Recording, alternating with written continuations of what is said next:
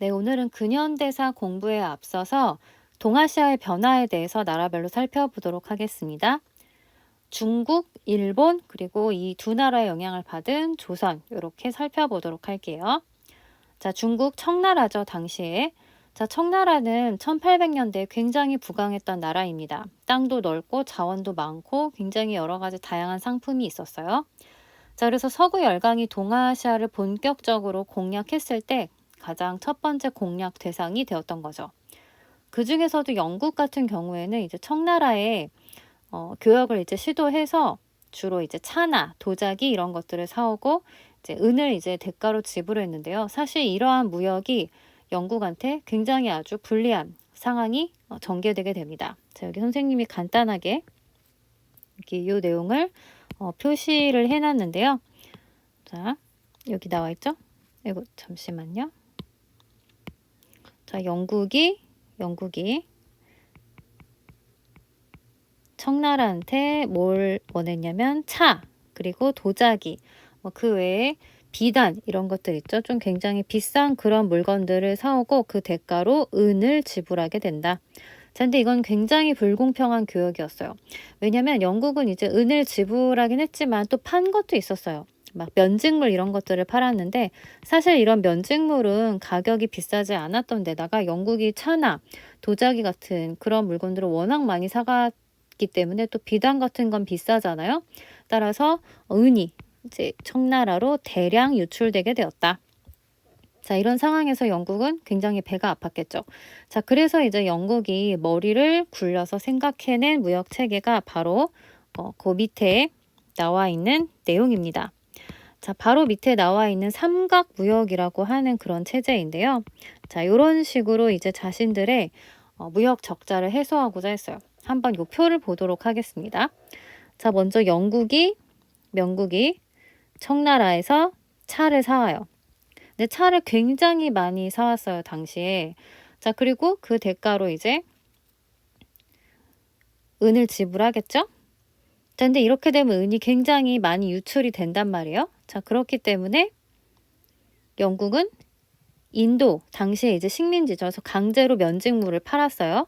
자, 그리고 이렇게 면직물을 갖다 팔고 여기서 이제 재배한 아편을 청나라로 이제 몰래 들여가게 됩니다. 자, 그렇게 되면 청나라에서 다시 은이 가게 되죠. 자, 그렇다면 그 은이 어디로 가는 거예요? 바로 영국으로 되돌아가게 되는 거죠. 그래서 지금 이렇게 은이 영국으로 다시 유출되는 그런 모습들이 나오는데요. 자, 따라서 청나라는 아편의 중독에 빠지게 됩니다. 자, 여기 왼쪽에 사진을 보면은 좀 사진이 작긴 한데 사람이 이제 아편, 마약이죠. 이거를 들이마시고 누워있는 장면이 보여요. 자, 그렇기 때문에 점점 청나라 전체가 이제 아편 중독에 굉장히 심각한 폐해에 시달리게 됩니다. 자, 그래서 도저히 안 되겠다 해서 청나라 정부는 황제의 명령으로 이제 임칙서라고 하는 신하를 보내서 아편을 몰수하고 아편의 매매를 금지하게 됩니다. 자, 그러자 영국은 이제 여기서 꼬투리를 잡아서 바로 1840년에 아편 전쟁을 일으키게 되는데요. 바로 역사상 가장 부끄러운 전쟁이다라고 불리는 이 아편 전쟁입니다. 자, 이 결국에는 청나라가 지게 되고요. 그 대가로 청나라는 난징 조약을 체결해서 홍콩을 영국에 넘기고 5개 항구를 개방하게 됩니다. 자, 홍콩이 그래서 100년 동안 할양이 되었고 지난 1997년에 영국에서 중국으로 다시 반환되었죠. 자, 그게 아편 전쟁의 결과였습니다. 그래서 지금 난징 조약 얘기까지 했고요.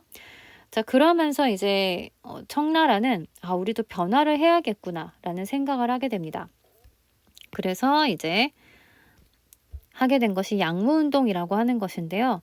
자, 이거는 일종의 개혁의 하나예요. 자, 근데 그 이름이 양무운동인 거죠. 자, 근데 이 양무운동의 특징은 중체서용이라고 하는 것입니다.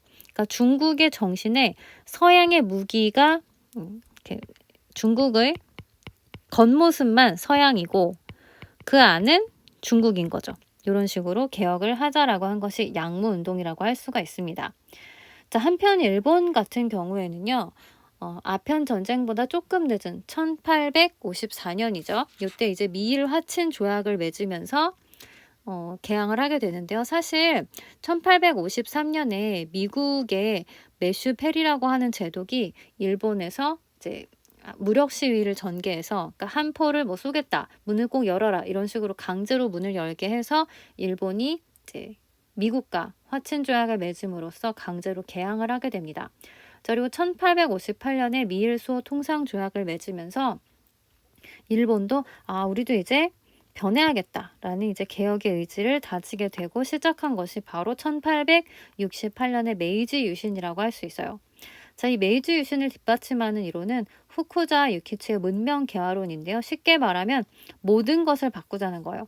아까 중국 같은 경우에는 자, 바깥만 서양이고 정신 동양이었잖아요. 근데 얘네는 안에 정신도 서양 거, 바깥의 모습도 다 서양 거, 이런 식으로 모든 것을 바꾸자고 한 것이 바로 메이지 유신이라고 할 수가 있습니다.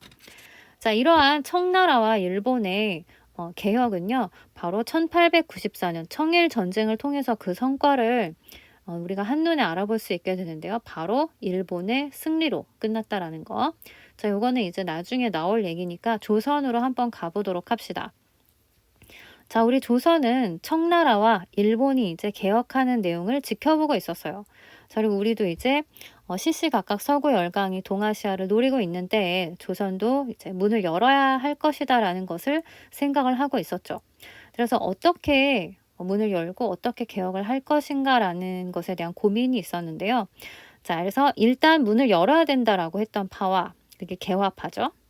자, 문을 닫고 있어야 된다. 그리고 우리의 이제 그 성리학, 전통 가치를 수호해야 된다라고 했던 게 바로 위정척사파입니다.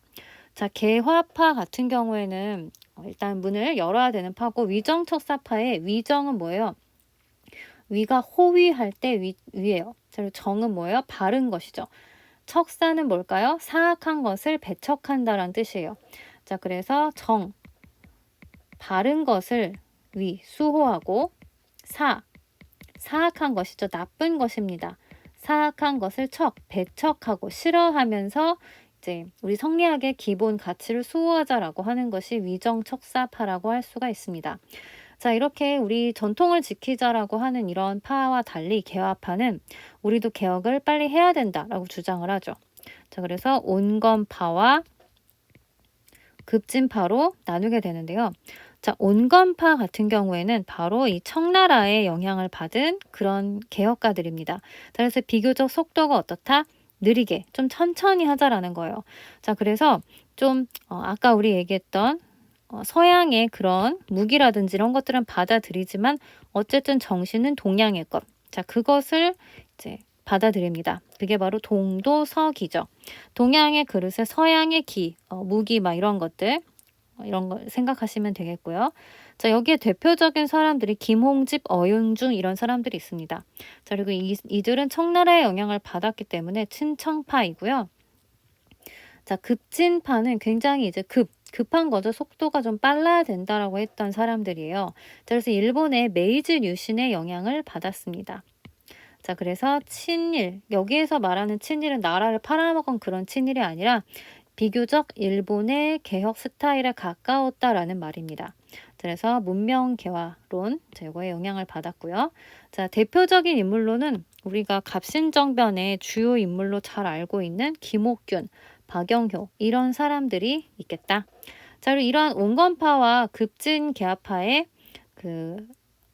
뿌리, 여기에는 박규수나 오경석, 유은기 같은 사람들이 있었다라는 점 여러분들이 기억을 하시면 되겠습니다. 자, 오늘 요 배운 내용을 우리 책에서 잠깐 찾아보도록 할게요. 어디를 참고하시면 되냐면 기출주제 30, 기출주제 30의 개화정책의 추진해 보면 초기 개화파 형성 그리고 개화 세력 형성 나와 있거든요. 그래서 이러한 개화파가 이러한 계보를 갖고 있구나 라고 이해하시면 되겠습니다. 자, 고생했어요.